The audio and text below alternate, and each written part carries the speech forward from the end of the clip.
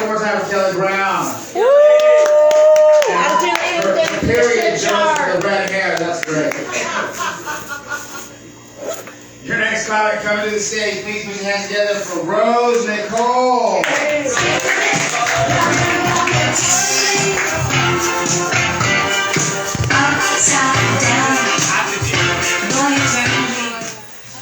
Hello, welcome. Hi, Rose. Every week I come here and you guys have pizza. I don't get to eat pizza because I have a really strict diet.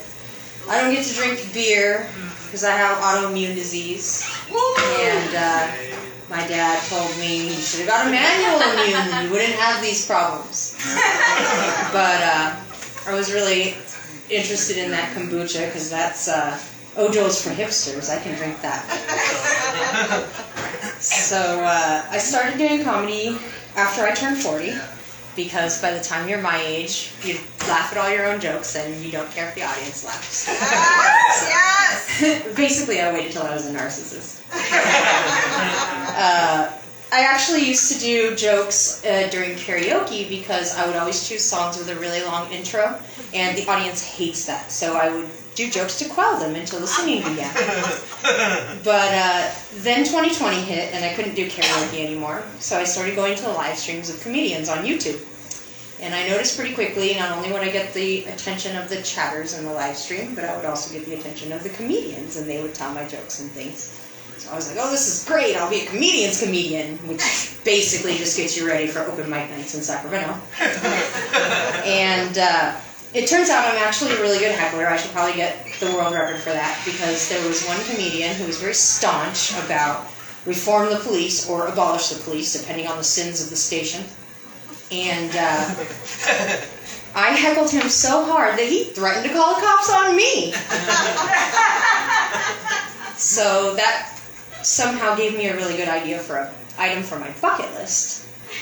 I always accomplish my goals very quickly, so my bucket list is always empty. So I thought, I have an idea, I'll put date a comedian on my bucket list. Everybody knows comedians are perpetually single. But the only risk you run by falling for a comedian is you go from a hopeless romantic to someone who's just hopeless. I have a little bit of experience with that because I did actually try to date a comedian, and he's also a surfer. But we had a really bad falling out because he has no sense of humor. So basically, I finally told him, you know, if you don't like my jokes, you're not my folks. So after I went no contact, I started surfing. Not because I thought it would win him back, but because if you can't have a man, take his sport and his job. I also tried to date a cop in 2020. I met him at a Black Lives Matter protest, and I was really surprised because he was so open-minded and conscientious. We would watch all the videos on why to abolish the police. We'd watch all the videos on how to reform the police. And I thought it was going really well until one night he heard the phrase, all cops are bastards, ACAB. And he turned to me and he said, all cops are smarter. And I looked at him and I said, if that were true, you would have said all cops are brainy. And he left me. I have really bad luck dating. If I was on a dating reality show, I would get to the end of the first round and I would look at all the contestants and I would say, this is going to be a really hard decision. I want to cut you all. I kind of understand why dating is hard because Fauci got sexiest man of the year. And so it's clear why I'm not attracted to very many men. But the comedian I tried to date was actually sexier than Fauci, even though he's in his 50s, so he probably also smells like mothballs. Hopefully no one over here is over 50 here. So, I actually don't have a dating website because I get so many direct messages. I get so many direct messages on Twitter and on Instagram that I don't need a dating.